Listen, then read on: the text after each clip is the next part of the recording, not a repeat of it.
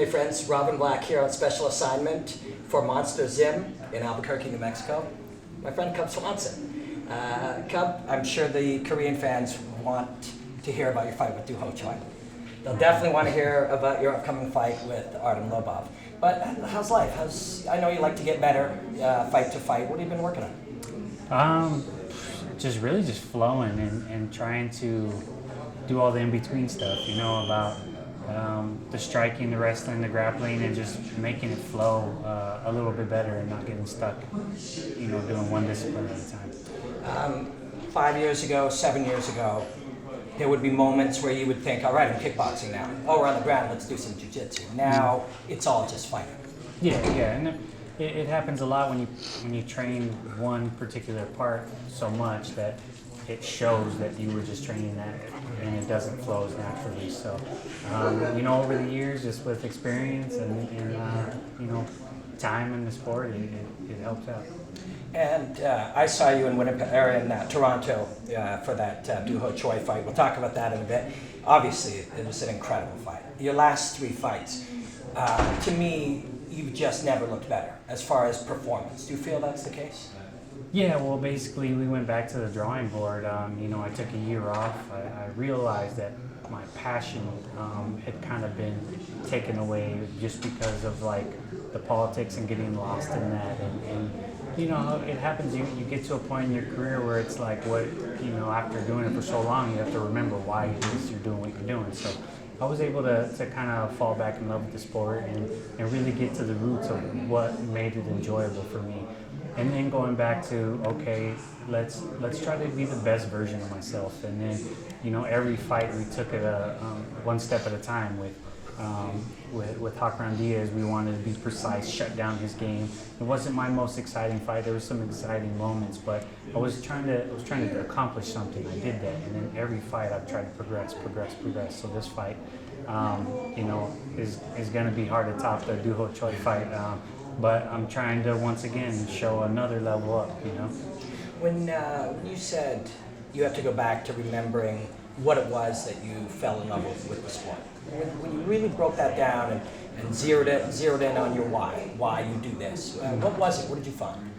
Well, it's people put this thing on you that being the champion that's when other people kind of say, okay, now you're great.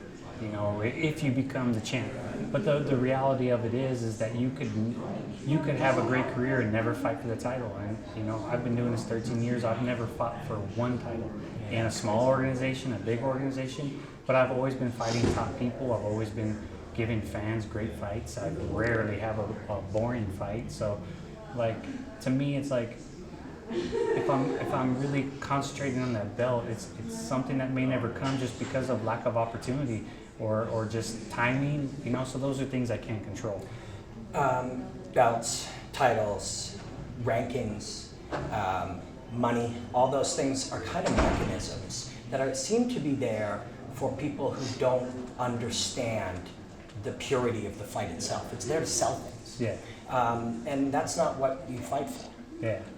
Fighting is something else to you. My number one goal when I started this was I wanted to be able to have grandkids one day and tell them I used to be pretty tough. That was my original thought. That'd be a cool story. And then it went on to, once I really put a lot of time into it, it became, what's the best version of myself I could become after getting away from getting into trouble and drugs and being around gangs and things like that. It was okay, I did that. Now let's see how good of a person in everyday life and how great of a martial artist I could be. I wanted to let this sport kind of transition me into a better person overall and the best martial artist. And so that has always been my goal. Before that year off, whether it was your perspective or just what you were feeling at the time, was that a plateau? Was that a moment where you plateaued and then you had to find your way to a new base again? Yeah, well, I got to a point where I thought I was at my peak, and then something was lacking, and just me putting my concentration into an end that really wasn't what I really wanted It was what other people wanted. Just took the passion away. And then when you start to make mistakes or hit bumps in the road, they're bigger than they seem because you're not happy. So taking that time off, diving deep and rediscovering your love for the sport and going, okay, I have a clear mind of what it is I'm trying to accomplish. And that's just me being the best and being able to look back at video and go, man, I nailed that. Man, that was beautiful, rather than I won this or I won that. It's just about, going into this sport at the highest level and making these techniques look flawless. And you do that. As you know, I analyze fighting, and yours are expressed differently than other people's, and you're still getting better. And that must be exciting. But for you now, when you go in day to day, do you have your general long-term goal is just mastery, greatness of expression? Do you have smaller goals, process goals along the way that you're trying to accomplish? Oh yeah, of course. Sometimes I'm feeling like, I just have one particular thing, like my jab. I'll be like, man, my jab used to be a lot faster, and that'll plague me. And I'm just like, I just need to get it faster again. A lot of it is just how to not push my body, past what it's capable of, or, it's more about being efficient and finding how to be in the best shape possible without, putting the wear and tear on my body.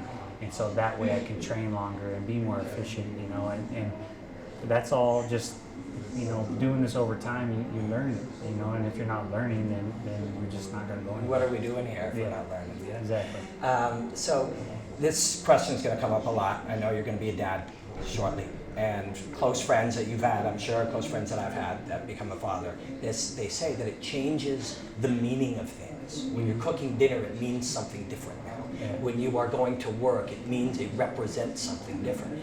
Do you think that the meaning of what you do in the cage could change when you become a father? Oh, definitely. I'm looking forward to it. This is, I've been selfish with my time because this is a passion I always wanted to pursue with everything I had. I didn't want to look back and say, man, if I would have gave a little bit more effort. I've literally given everything to the sport since I was 20 years old. And I'm 33 now, so I feel like enough time has passed where I've given all my attention to myself, and I'm ready to take on a new role and be a father and pass on what knowledge I have to somebody else and continue to be better because of that. So it's an obstacle that I'm very excited to have and see what happens from it.